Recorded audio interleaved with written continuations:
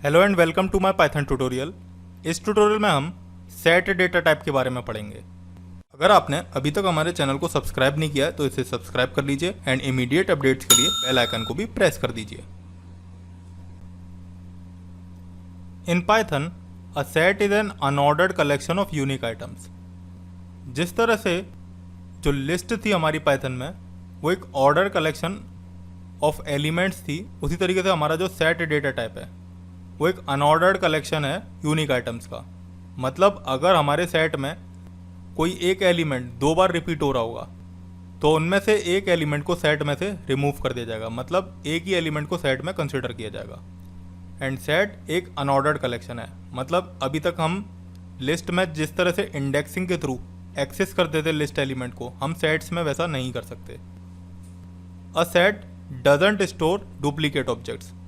जैसा कि मैंने अभी बताया कि सेट में हम डुप्लीकेट आइटम्स को नहीं रख सकते। In sets numbers, integer, float as well as complex, strings and tuple objects are accepted but list and dictionary objects are not. Sets में हम नंबर डेटा टाइप को, स्ट्रिंग डेटा टाइप को and tuple data type को रख सकते हैं। And list और dictionary जो डेटा टाइप है हमारे, हम सेट के अंदर उन डेटा टाइप्स को नहीं रख सकते। A set is created by placing all the items inside curly braces separated by comma or by using the built in function set. Python में जिस तरह से हम लिस्ट को स्क्वायर ब्रैकेट के थ्रू कंस्ट्रक्ट करते थे, उसी तरीके से सेट को हम करली ब्रेसेस के थ्रू कंस्ट्रक्ट करते हैं। एंड इसमें जितने भी ऑब्जेक्ट्स हम रखेंगे, यानी कि कह सकते हैं हम जितने भी एलिमेंट्स हम रखेंगे, वो सारे के सारे कॉमा सेपरेटेड होंगे।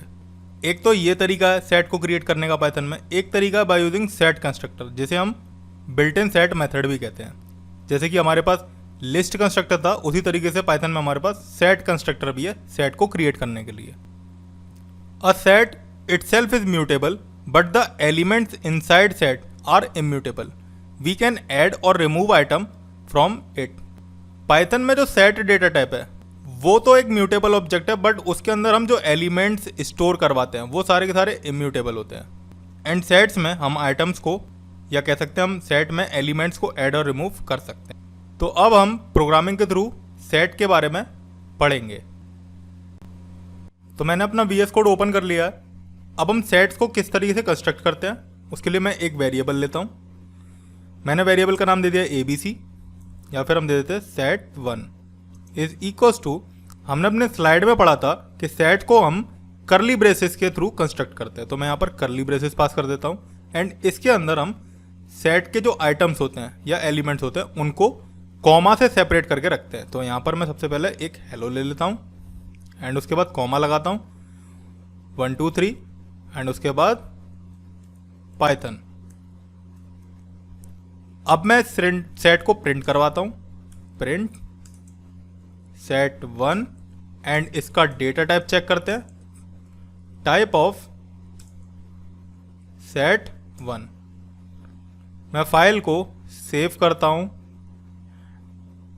एंड मैं यहां पर रन करवाता हूं इसे। तो देखिए हमारे पास जो डेटा टाइप आ रहा है वो सेट आ रहा है एंड जो हमने यहां पर सेट क्रिएट किया था वो भी हमारे आउटपुट में डिस्प्ले हो रहा है। अब अगर हमें सेट की लेंथ देखनी है तो मैं क्या करूंगा, यहां पर इसे मैं डिलीट कर देता हूं। मतलब हमें ये देखना है कि सेट में कितने नंबर ऑफ एलिमेंट्स हैं। तो उसके लिए जिस तरह से हमारे पास लिस्ट में एक फंक्शन था len, वही फंक्शन का यूज हम इधर कर देंगे set1।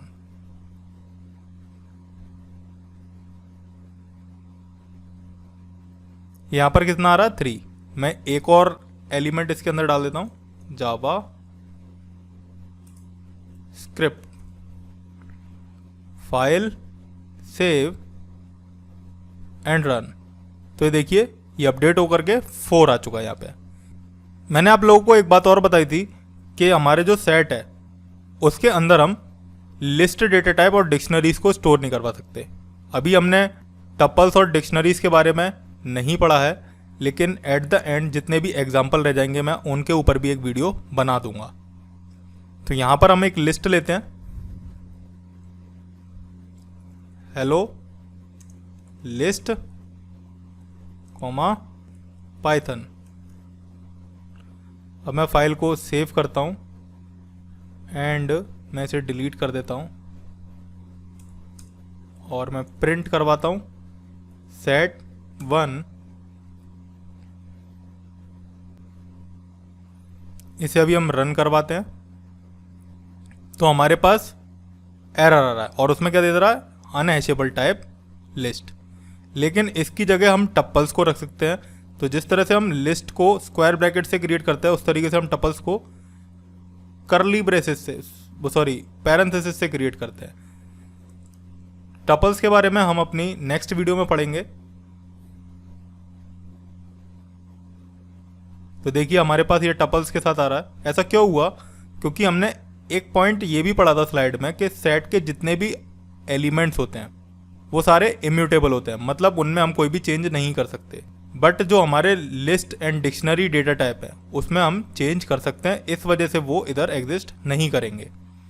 ऑल्सो मैंने ये भी बताया था कि हम सेट को मॉडिफाई कर सकते हैं लेकिन सेट के आइटम्स को नहीं। तो अब हम सेट को मॉडिफाई करके देखते हैं। तो उसके लिए मैं क्या करता हूँ, यहाँ पर सेट में एक आइटम ऐड कर लेता हूँ, set1.add।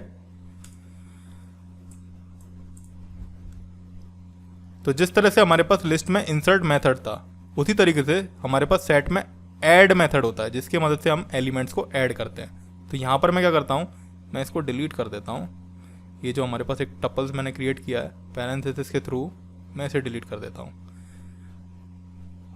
आप लोग इसके लिए परेशान मत होइएगा, हम लोग टपल्स के बारे में नेक्स्ट वीडियो में पढ़ेंगे और ये देखेंगे कि टपल्स को हम किस तरह से क्रिएट करते हैं। यहाँ पर मैं ऐड कर देता हूँ जावा।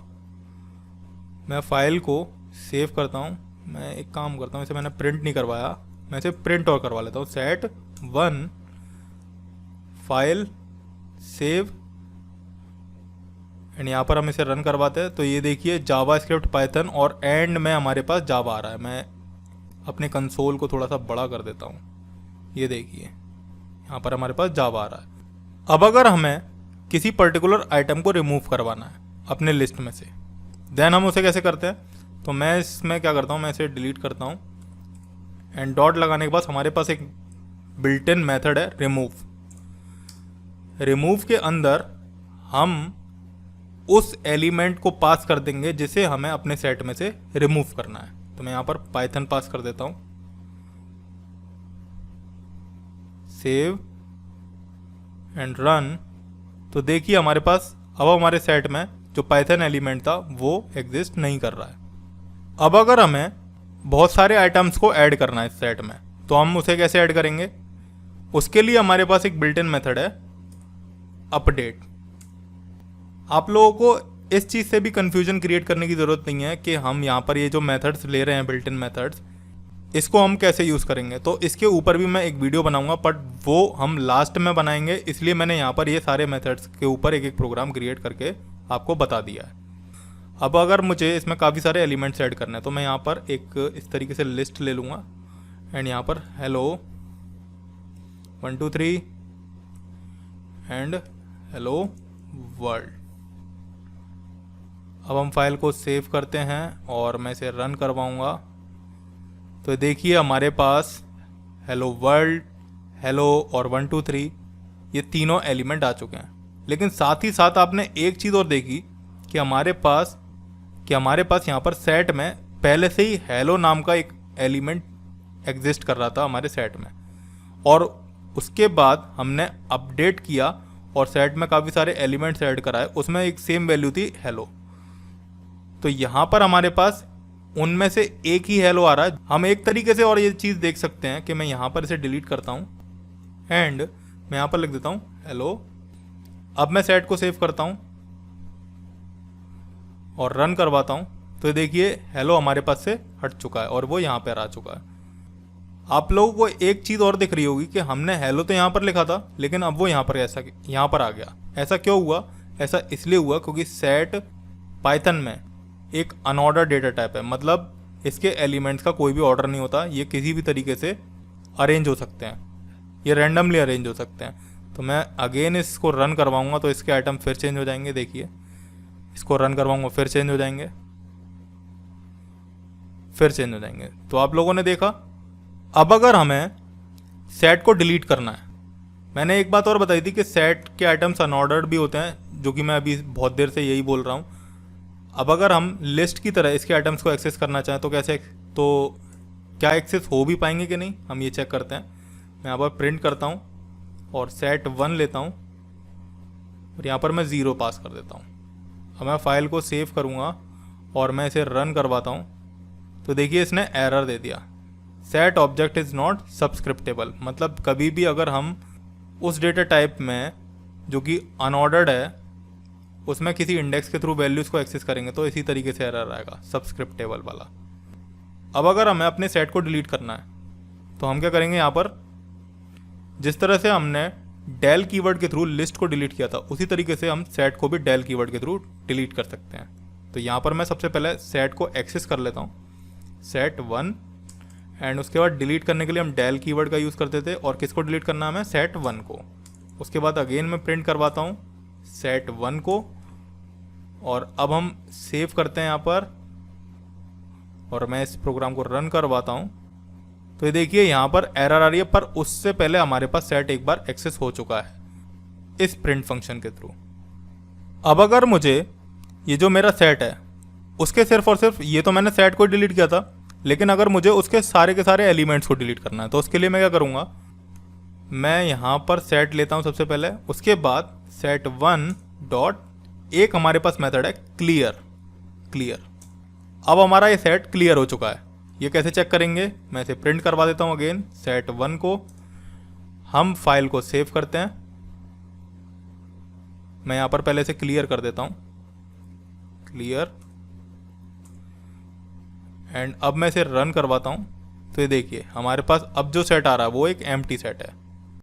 तो आप लोगों ने देखा कि हम किस तरह से सेट को फुल्ली क्लियर भी कर सकते हैं बाय यूजिंग क्लियर मेथड। हमने अपने स्लाइड में एक चीज़ और पढ़ी थी कि हम सेट को कर्ली ब्रेसेस के थ्रू तो क्रिएट कर सकते ही हैं, हम सेट कंस्ट्रक्टर के थ्रू भी सेट्स को क्रिएट कर सकते हैं। तो यहाँ पर ये जो आ रहा है ना, ये हमारे पास ये सेट कंस्ट्रक्टर ही है। तो मैं क्या करता हूँ, इसे डिलीट कर देता हूँ, इसे भी मैं डिलीट कर देता हूँ। अब मैं यहाँ पर ले लेता हूँ set 1 is equals to set constructor and इसके अंदर सेम उसी तरीके से हम एलिमेंट्स को पास कर देंगे जिस तरह से हमने लिस्ट में पास किया था। तो यहाँ पर ले लेता हूँ पाइथन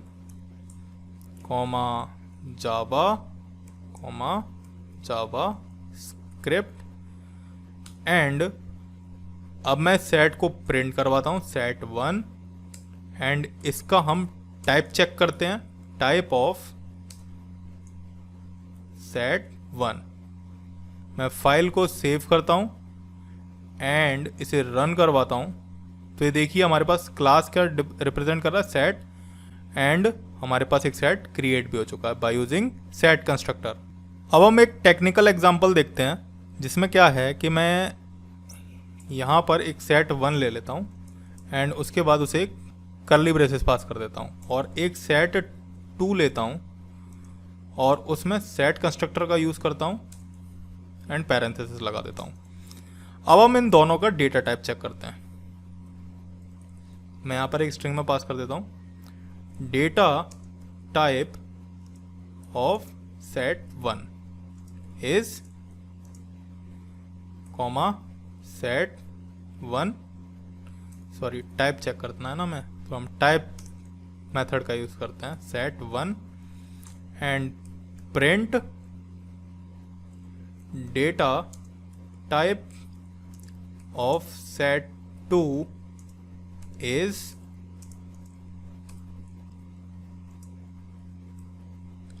टाइप मेथड लगाएंगे एंड सेट 2।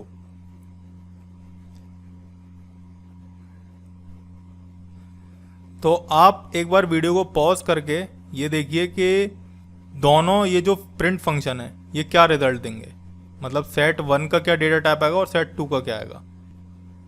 अब आप लोगों ने देख लिया होगा, अब हम इसे रन करवा करके देखते हैं। तो ये देखिए सबसे पहला क्या आ रहा है, डिक्शनरी, और दूसरा क्या आ रहा है, सेट।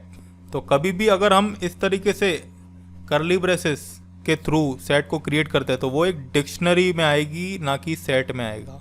अगर हमें एक ऐसा सेट क्रिएट करना है जिसमें ना ही तो हम किसी आइटम को ऐड कर सकें, ना ही किसी आइटम को रिमूव कर सकें। तो उसके लिए हम क्या करते हैं, उसके लिए मैं इस सेट को पहले सिलेक्ट कर लेता हूँ एंड यहाँ से मैं इसे डिलीट कर देता हूँ। हमारे पास सेट में एक मेथड और है जिसे हम कहते हैं फ्रोजन सेट। अब फ्रोजन सेट सेट की तरह ही एक सेट क्रिएट कर लेता है, बट ये जो सेट होगा इसमें हम किसी भी आइटम को ऐड नहीं कर सकते एंड रिमूव भी नहीं कर सकते। मैं यहाँ पर क्या करता हूँ, इसे हेलो पास या फिर हम करते हैं पाइथन जावा स्क्रिप्ट। अब हम प्रिंट करवाते हैं सेट 1 को और इसका टाइप चेक करते हैं। तो इसका टाइप आएगा frozen set 1। File save and run. तो देखिए हमारे पास फ्रोजन सेट आ रहा है, बिकॉज ये भी एक तरीके का डेटा टाइप ही होता है। अब अगर हमें इस सेट में कोई आइटम ऐड करना है, ऐड, और मैं यहाँ पर ऐड करता हूँ हेलो वर्ल्ड एंड अब इसे हम प्रिंट करवाते हैं, print set 1 file save and run. तो देखिए हमारे पास शुरू के 2 जो प्रिंट स्टेटमेंट थे वो एग्जीक्यूट हो चुके हैं, लेकिन इसके बाद हमारा एग्जीक्यूट नहीं हुआ क्योंकि यहाँ पे क्या कह रहा है, frozen set object has no attribute add. अगर हमारा कोई भी मेथड किसी डेटा टाइप को बिलोंग नहीं करता है तो इसी तरीके से हमारे पास एरर आ जाएगा, ऑब्जेक्ट हैज़ नो एट्रीब्यूट, जो भी हम मेथड यूज़ कर रहे होंगे। तो इस ट्यूटोरियल के थ्रू हमने सेट्स के बारे में काफ़ी कुछ सीखा एंड आप लोगों ने ये भी देखा कि हम सेट्स को किस तरह से क्रिएट कर सकते हैं बाय यूजिंग सिंपल प्रोसेस और by using set constructor. Also हमने इस ट्यूटोरियल में सेट की लेंथ चेक करी एंड सेट की म्यूटेबिलिटी एंड इम्यूटेबिलिटी के बारे में भी डिस्कस किया एंड हमने फ्रोजन सेट के बारे में भी पढ़ा। होप आपको चीज़ें समझ आई होंगी। अगर आपकी कोई क्वेरी है तो आप कमेंट बॉक्स में लिख सकते हैं या आप लॉग इन कर सकते हैं www.learntounless.com/contactus.php। हम आपकी क्वेरी सॉल्व करने की कोशिश करेंगे। Thank you.